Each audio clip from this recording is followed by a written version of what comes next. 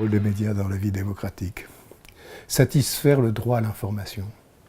Mais à condition de préciser ce qu'est le droit à l'information. C'est le droit d'informer, ce qui suppose le pluralisme, et le droit d'être informé.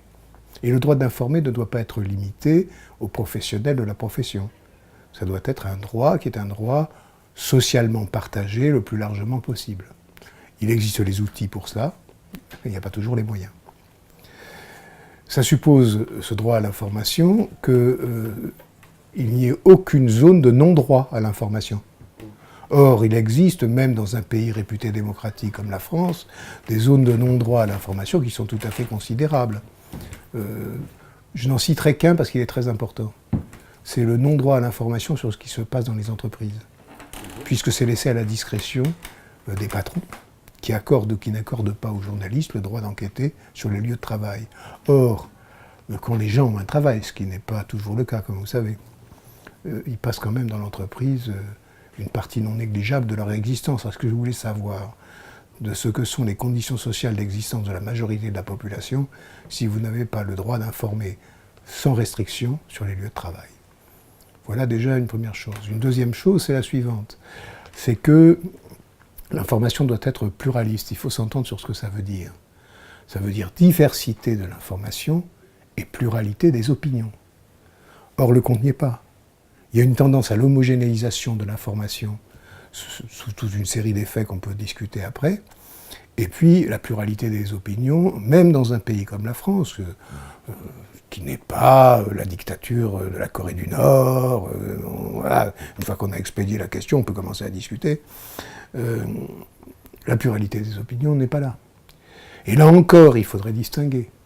Si on parle de la pluralité des opinions, il faut distinguer le pluralisme partisan, c'est-à-dire l'accès des différentes formations politiques à la diffusion de leurs opinions dans les grands médias, et le pluralisme éditorial, ce qui n'est pas tout à fait la même chose, c'est-à-dire le pluralisme de ce que nous appelons, nous, l'éditocratie, c'est-à-dire ceux qui sont les professionnels du commentaire, même pas des professionnels de l'information. Voilà, donc oui, le droit à l'information, le droit d'informer, d'être informé, le droit de diffuser, le pouvoir de diffuser une pluralité d'opinions sont nécessaires à la vie démocratique.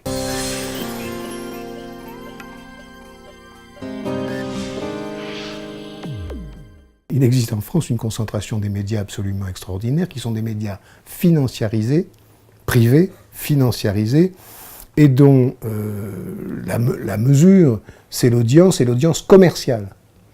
Or, si vous avez en face de ça une télévision publique et une radio publique sous-financées, qui se basent sur le même terrain, et avec les mêmes armes que les médias privés, avec moins de moyens désormais que la plupart des médias privés, il est quasiment inévitable, quelles que soient les bonnes intentions des uns et des autres, qu'elles produisent à peu près une denrée d'aussi mauvaise qualité. Mais c'est un processus qui est un processus dont la logique, pour dire les choses très simplement, c'est que la contre-révolution libérale qui touche absolument tous les secteurs de la vie économique et sociale touche évidemment le secteur des médias. Et que par conséquent, l'affaiblissement du secteur public, le soutien dérisoire accordé aux médias associatifs ou aux médias indépendants, on en reparlera peut-être, a abouti à la chose suivante, c'est que ce sont des médias, la concentration des médias n'a cessé de s'accélérer. Il y a une erreur qu'il ne faut pas commettre, parce qu'elle brouille un peu le regard.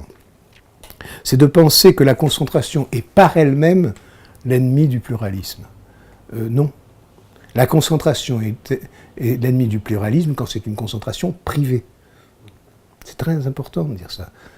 Très très important. Ce qui est le plus grave, c'est la concentration dans la mesure où son moteur, c'est la financiarisation des médias. Et son passage, évidemment, ça c'est le cas particulier de la France, hein, pas totalement particulier, mais particulièrement prégnant en France, quand la quasi-totalité des propriétaires des grands médias sont des propriétaires qui sont des acteurs de premier plan dans la vie économique et industrielle du pays.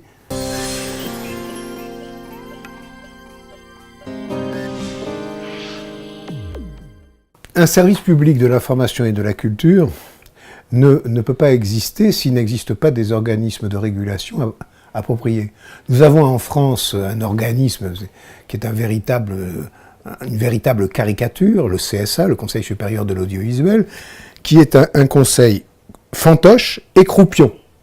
Il est fantoche parce qu'en réalité il émane du pouvoir politique, et il est croupion parce qu'il couvre l'audiovisuel, et il ne se désintéresse absolument du reste sur lequel il n'a aucun pouvoir d'arbitrage, de régulation, etc. C'est surtout son caractère fantoche qui pose problème. Ce dont on a besoin, c'est d'un organisme démocratique, qui d'ailleurs pourrait être constitutionnalisé, et dans ce cas-là, l'expression d'un quatrième pouvoir aurait un sens. Ce serait un quatrième pouvoir constitutionnel, et qui comprendrait des représentants des journalistes et des salariés des médias, parce qu'on dit toujours les journalistes, mais enfin des médias, c'est pas uniquement les journalistes, hein, des journalistes et salariés des médias, des représentants des différentes forces politiques existantes dans le pays, mais à la proportionnelle intégrale, et enfin des représentants des publics. On peut même rêver, mais ça c'est pour une utopie libertaire dans quelques décennies, on pourrait même rêver qu'il y ait des élections sur des programmes de transformation des médias, indépendants même des forces politiques, et qui feraient que les publics, les usagers des médias seraient ainsi associés à la régulation du monde médiatique.